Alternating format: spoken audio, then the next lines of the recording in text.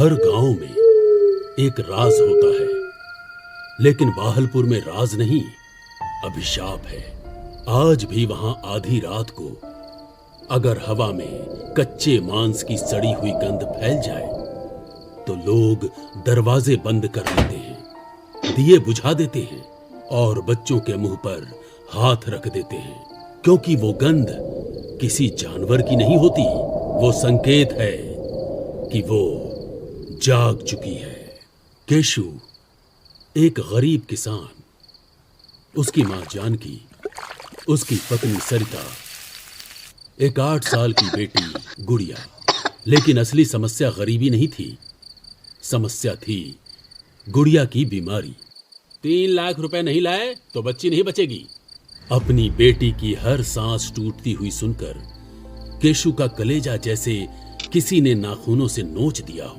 वो अचानक घर से बाहर निकल आया, आंखों में आंसू, हाथ कांपते हुए, आसमान की तरफ देखते हुए। क्या करूं? कैसे अपनी गुड़िया का इलाज कराऊं? अगर मैंने कुछ दिनों में इलाज नहीं कराया तो उसके फेफड़े सड़ जाएंगे, वो मर जाएगी। वो जमीन पर घुटनों के बल गिर पड़ा, मिट्टी में माथा पटकते हुए रोने लगा।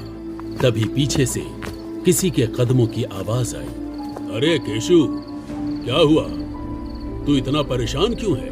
मेरी गुड़िया का इलाज कराना है, लेकिन जेब में एक फूटी कौड़ी नहीं है। डॉक्टर ने कह दिया है कुछ दिनों में इलाज शुरू नहीं हुआ तो वो मर जाएगी। निरंकार की आंखों में अजीब सी चमक उभरी। इसका मतलब तुझे कुछ ही दिनों में अमीर बनना होगा। तेरा काम हो सकता है अगर तू गांव से दूर शमशान के पास रहने वाले तांत्रिक बाबा से मिल ले। अरे हाँ, मुझे तो ध्यान ही नहीं आया। वो बाबा जी तो अंतर्यामी हैं, वो मुझे इस समस्या से निकाल सकते हैं। मेरी परेशानी का हल उन्हीं के पास होगा। मैं अभी जाता हूँ उनके पास। निरंकार ने उसका हाथ कसकर पकड़ लिया। एक बात याद रखना केशु, वो तांत्रिक है, तांत्रिक सौदागर होते हैं। कोई ऐसा सौदा मत कर लेना जिससे तेरी जान ही खतरे में पड़ जाए। केशु ने कुछ नहीं कहा, बस अंधेरे की तरफ चल पड़ा। कुछ देर तक चलते चलते केशु को गांव के बाहर शमशान के पास, जहां चिताएं जल रही थी और उन चिताओं से राख उड़ रही थी, चिताओं के बीच से उसे एक कुटिया नजर आई। कुटिया के बाहर लटकती हड्डियां, दरवाजे पर सूखे नींबू मिर्च और भीतर से आती धीमी मंत्रोच्चार की आवाज आई। एक बूढ़ा तांत्रिक, लाल आंखें, चेहरे पर राख, गले में खोपड़ियों की माला। बोल बेटा, क्यों आया है तू मेरे पास? केशु कांप गया। उसने सिर झुकाकर बाबा जी को अपनी गरीबी और मजबूरी से भरी पूरी कहानी सुनाई। अच्छा, तो तू अमीर बनने आया है। देख बेटा, मैं तुझे अमीर बना दूंगा, लेकिन ये सौदा बहुत महंगा पड़ेगा। मैं अपनी बेटी की जान बचाने के लिए कोई भी सौदा करने को तैयार हूँ। वो शक्ति धन देती है, पर बदले में शरीर और आत्मा मांगती है। जितना तू आसान समझ रहा है, असल में उतना है नहीं। ये सौदा एक दैवी नहीं, एक भयानक शक्ति का है। वो तुझे पल भर में मालामाल कर देगी, लेकिन बदले में वो तेरी जिंदगी खरीद लेगी। तुझे अपनी जिंदगी उसके नाम करनी होगी। अगर तूने उसकी किसी भी बात को मानने से इनकार किया तो वो तेरी जान भी ले सकती है। बता, तैयार है? हाँ बाबा जी, मैं अपनी बेटी के लिए अपनी जान का सौदा भी कर दूंगा। तांत्रिक मुस्कुराया, लेकिन वो मुस्कान इंसानी नहीं थी। ठीक है, तो सुन, कर्ण पिशाचिनी की साधना आसान नहीं है। इसकी साधना तुझे एक सुनसान जगह पर लगातार 11 दिन करनी होगी। इन 11 दिनों में तेरी कड़ी परीक्षा होगी। वो तेरी तपस्या भंग करने के लिए कई बाधाएं उत्पन्न करेगी। कभी औरत बनेगी, कभी बच्चे की आवाज में रोएगी, कभी तेरी पत्नी का रूप लेकर आएगी। और अगर तू एक पल भी डगमगाया तो वो तेरी आत्मा चीर कर खा जाएगी। कुटिया की दीवार पर अचानक एक परछाई उभरी। लंबे बिखरे बाल, टेढ़ी मुस्कान और खून टपकती आंखें। अगर तूने सारी अड़चने पार कर ली तो कर्ण पिशाचिनी तेरी होगी। अब जा और एक सुनसान जगह देखकर साधना की तैयारी कर। लेकिन एक बात याद रखना, किसी ऐसी जगह में साधना करना जहां कोई परिंदा भी पर ना मार सके। केशु जंगल के रहस्यमयी रास्तों से वापस खुफिया जगह की तलाश में आगे बढ़ गया। लेकिन आज रात कुछ अलग थी। आसमान बिल्कुल काला नहीं था, वो जैसे जिंदा था। बादल स्थिर थे, मगर महसूस ऐसा हो रहा था जैसे कोई बादलों के बीच से उसे घूर रहा हो। उसके हर कदम के साथ पायल की बेहद हल्की आवाज गूंज रही थी। केशु रुक गया, आवाज भी रुक गई। वो दोबारा चला, आवाज फिर से उसके पीछे। अब उसके कानों में एक और ध्वनि उतरने लगी, एक बेहद धीमी, ठंडी औरत की हंसी। उसके शरीर में अचानक झुरझुरी दौड़ गई, गला सूख गया, होठ कांपने लगे। उसने पीछे मुड़कर देखा, कोई नहीं। लेकिन सामने जमीन पर उसकी परछाई के साथ एक और परछाई चल रही थी। केशु समझ गया था कि यह जरूर कर्ण पिशाचिनी है, इसलिए वो घबराकर अचानक रुक गया और उस साये को गौर से देखने लगा। धीरे धीरे वो साया बड़ा होने लगा, मानो किसी लंबी औरत का आकार ले रहा हो। लंबे बिखरे बाल, टेढ़ी गर्दन और फिर अचानक से गायब। केशु समझ चुका था अब वापसी का रास्ता नहीं था। कर्ण पिशाचिनी, उसने पुकार सुन ली थी, अब बस एक कदम बाकी था। साधना। तभी चलते चलते उसे जंगल के मोड़ पर एक पुरानी जर्जर दुकान दिखी। दरवाजा आधा टूटा हुआ था, जिसमें अंदर एक बूढ़ा इंसान बैठा था, जिसकी आंखें अजीब तरह से चमक रही थी। दुकान के बाहर फीकी लाल स्याही से लिखा था, यहाँ हवन सामग्री और तंत्र मंत्र का सामान मिलता है। केशु अंदर गया। बूढ़े ने बिना उसकी तरफ देखे कहा, काले वस्त्र ले जा, सरसों का तेल, 11 दिए, लोबान, कपूर और हाँ, पीछे मुड़कर मत देखना। केशु का दिल धड़क उठा। आपको कैसे पता? बूढ़ा मुस्कुराया। जिसे वो बुलाती है उसे हम पहले से पहचान लेते हैं। केशु ने कांपते हाथों से सामान उठाया, पैसे रखे और जैसे ही बाहर निकला, दुकान गायब। सिर्फ एक सूखी दीवार बची थी। ये कौन सा मायावी जाल है जिसमें मैं उलझता जा रहा हूं? ये सपना है या सच? सामने का जंगल अब पहले जैसा नहीं रहा था। पेड़ और ऊंचे लगने लगे थे। उनकी शाखाएं ऐसे झुक रही थी जैसे किसी शिकार को पकड़ने के लिए हाथ बढ़ा रही हो। रात का अंधेरा केशु के चारों तरफ फैल रहा था। उसकी सांसें भारी हो रही थी। आखिरकार चलते चलते उसे एक जगह मिली, तालाब का किनारा और उसके पास लगे डरावने पेड़। उस तालाब का पानी एकदम ठहरा हुआ था। पेड़ एकदम स्थिर खड़े थे, जैसे वो मरे हुए इंसान की आकृति लिए हुए हो। वो बिल्कुल भी हिल नहीं रहे थे। तालाब का पानी काला, इतना काला कि उसमें अपना चेहरा नहीं, बस अंधेरा दिखता था। पेड़ों की परछाई उसमें ऐसे तैर रही थी जैसे सड़ी हुई लाशें ऊपर आ जा रही हो। डरावनी जगह है, जंगल काफी घना है, ऐसे में यहां मुझे कोई ढूंढ भी नहीं पाएगा।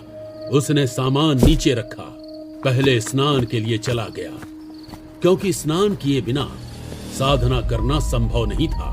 वो धीरे धीरे पानी में उतरा। जैसे ही पानी ने उसके पैरों को छुआ, उसके पूरे शरीर में झटका लगा।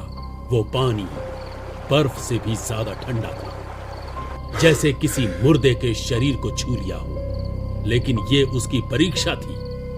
वो आगे बढ़ा। स्नान करते करते वो तालाब के गहरे हिस्से में चला गया। तभी अचानक पानी के अंदर से किसी ने उसके दोनों पैर पकड़ लिए जोर से और उसे नीचे की तरफ खींचने लगा। कौन है? छोड़ो मुझे। वो बेतहाशा छटपटाया और पूरी ताकत से बाहर कूदा। हाँफते हुए पीछे मुड़ा। तालाब की सतह पर 2 हाथ उभरे, लंबे काले, नाखून इतने बड़े जैसे किसी जानवर के पंजे। वो इंसानी हाथ नहीं थे, वो किसी डायन के हाथ थे। हाथ धीरे धीरे वापस पानी में समा गए, लेकिन लहरें अभी भी कांप रही थी। हे भगवान, मैंने कौन सी बला को गले लगा लिया? कहीं बाबा की बात मानकर मैंने गलत सौदा तो नहीं कर लिया? उसका मन डगमगाया। मुझे वापस जाना चाहिए। तभी हवाएं अचानक से रुक गई। झिंगुर की आवाज शांत हो गई और आसमान का रंग बदलने लगा। और फिर एक आवाज सीधे उसके कान के अंदर से फुसफुसाई। अगर तू डर कर भागा तो तेरी साधना अधूरी रह जाएगी और तेरी बेटी। केशु का ध्यान उस तरफ गया तो एक किनारे में उसने देखा तो उसकी बेटी जमीन पर पड़ी रो रही थी। पापा, मुझे बचा लो, मुझे बचा लो पापा। मैं मरना नहीं चाहती, मुझे जीना है।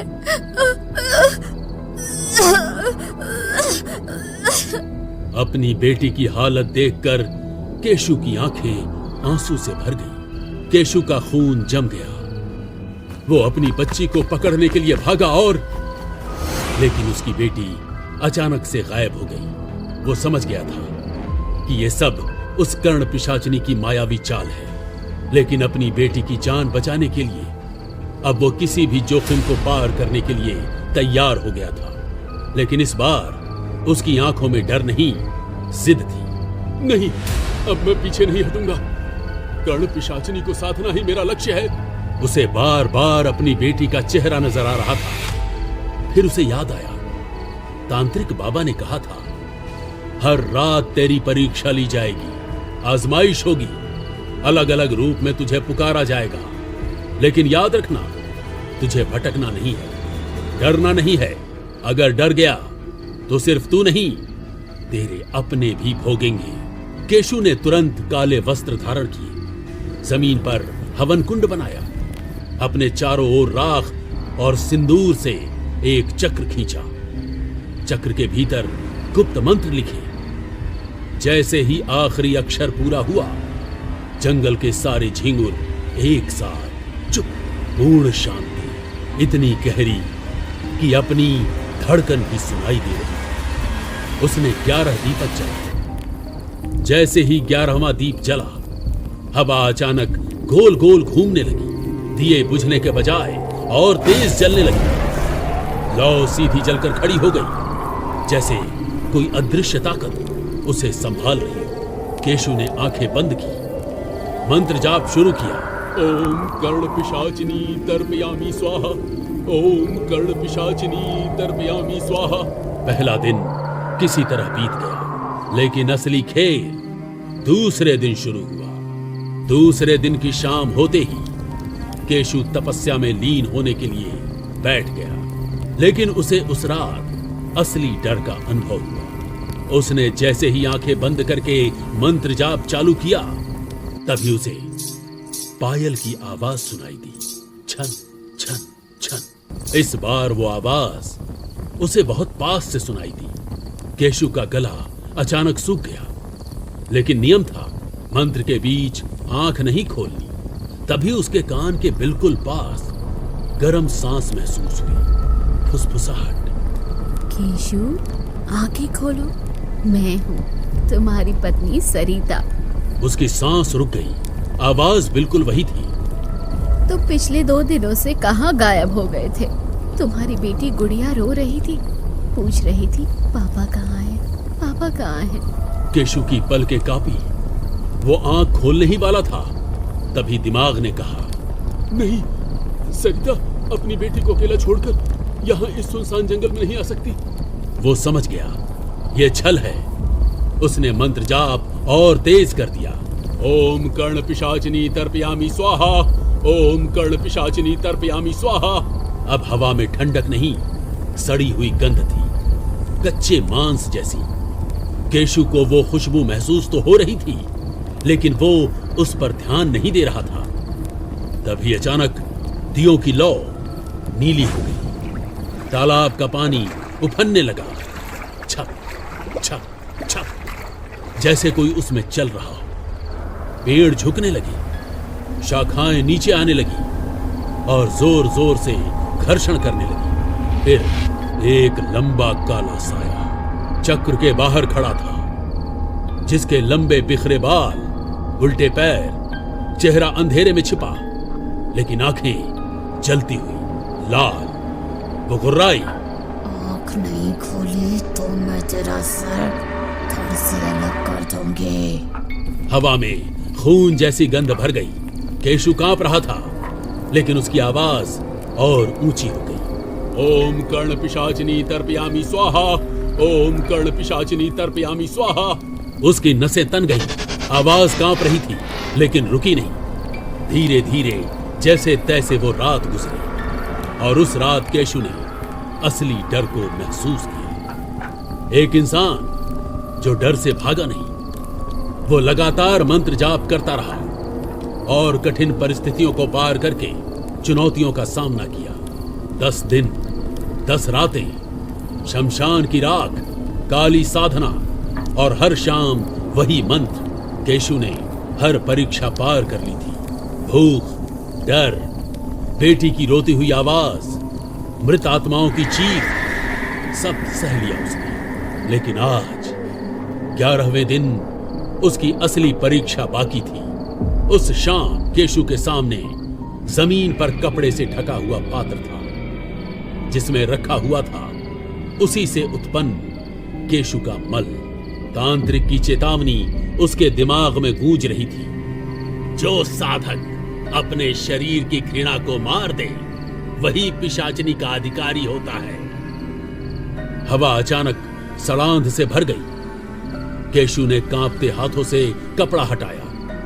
उसकी सांस अटक गई। उसके चेहरे पर घिन की लहर दौड़ गई। वो समझ चुका था, ये उसकी अंतिम परीक्षा है। ये उसकी इंसानियत और पागलपन के बीच की आखिरी दीवार है। उसका गला सूख गया, आंखों में पानी भर आया। जैसे ही वो खाने के लिए आगे बढ़ा, अचानक उसके सामने उसकी मां का चेहरा प्रकट हुआ।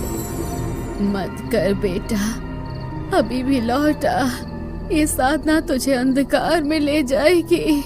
लेकिन केशु नहीं माना। उसने आंखें बंद कर ली। उसके मन में अपनी बीमार बेटी का चेहरा दिखा, जो दर्द से चीख रही थी। उसे महसूस हुआ, नहीं, मैं वापस नहीं आ सकता। मुझे शक्ति चाहिए, धन चाहिए। मैं अमीर बनकर ही लौटूंगा। अब मैं पीछे नहीं हटूंगा।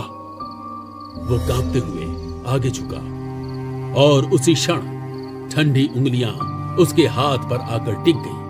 अगर गेम जीत गई तो हार जाएगा। उसने अपने भीतर की हर भावना को कुचल दिया। उसने कांपते हाथों से उस पात्र की ओर देखा। नाक के पास सड़ांध की लपटें उठ रही थी, जैसे खुद नरक की सांस हो। एक पल के लिए उसका गला सूख गया। आंखों में डर था, घृणा थी, लेकिन उससे भी ज्यादा थी उसकी मजबूरी। अचानक उसने आंखें बंद कर ली और अगले ही क्षण वो झुक गया। धीरे, बहुत धीरे उसने अपने ही मल को हाथ में उठाया। सड़ती बदबू ने उसके होश हिला दिए, पर उसने दांत भींच लिए। पहला कौर जैसे जहर गले से उतर रहा हो। उसकी आंखों से आंसू बहने लगे। उल्टी का ज्वार बार बार गले तक आता, लेकिन वो उसे जबरन निगल जाता। हर निवाला उसके इंसान होने को मार रहा था। हर कौर उसे किसी और ही अंधेरी दुनिया की ओर ढकेल रहा था। खाते खाते उसके आंसू मिट्टी में गिरते रहे, पर उसके होठ कांपते हुए भी रुक नहीं रहे थे। यह अंतिम परीक्षा थी, सबसे घिनौनी, सबसे अमानवीय और शायद सबसे खतरनाक। जब मल का आखिरी कण भी खत्म हुआ तो अचानक वातावरण बदल गया। हवा भारी हो गई, पेड़ों की टहनियां बिना हवा के हिलने लगी। बोट खड़ा हुआ, जैसे अब वो पहले वाला इंसान नहीं रहा। पास रखी हवन कुंड की राख उसने उठाई, धीरे धीरे पूरे शरीर पर मली, माथे पर लंबी रेखा खींची और उसकी आंखों में अब अजीब सी चमक थी। वो जमीन पर बैठ गया, घुटनों के बीच सिर झुकाकर और मंत्र जाप शुरू कर। उसकी आवाज पहले धीमी थी, फिर भारी, फिर ऐसी गूंजती हुई कि मानो चारों दिशाओं से वही मंत्र लौटकर आ रहा। अचानक उसके पीछे अंधेरा गहरा होने लगा, जैसे छाया किसी अवतार में ढल रही हो। उसके आंसू अब रुक चुके थे। तभी अचानक से एक आवाज गूंजी, केशु, केशु, उठो केशु, जिसके लिए तुमने इतनी कठिन तपस्या की, मैं वही हूँ। आंखें खोलो केशु, मैं तुम्हारी रानी हूँ। मैं तुम्हारे सारे सवालों का जवाब देने आई हूँ और तुम्हारी हर समस्या का समाधान। क्या तुम मुझे अपने साथ लेकर नहीं चलोगे?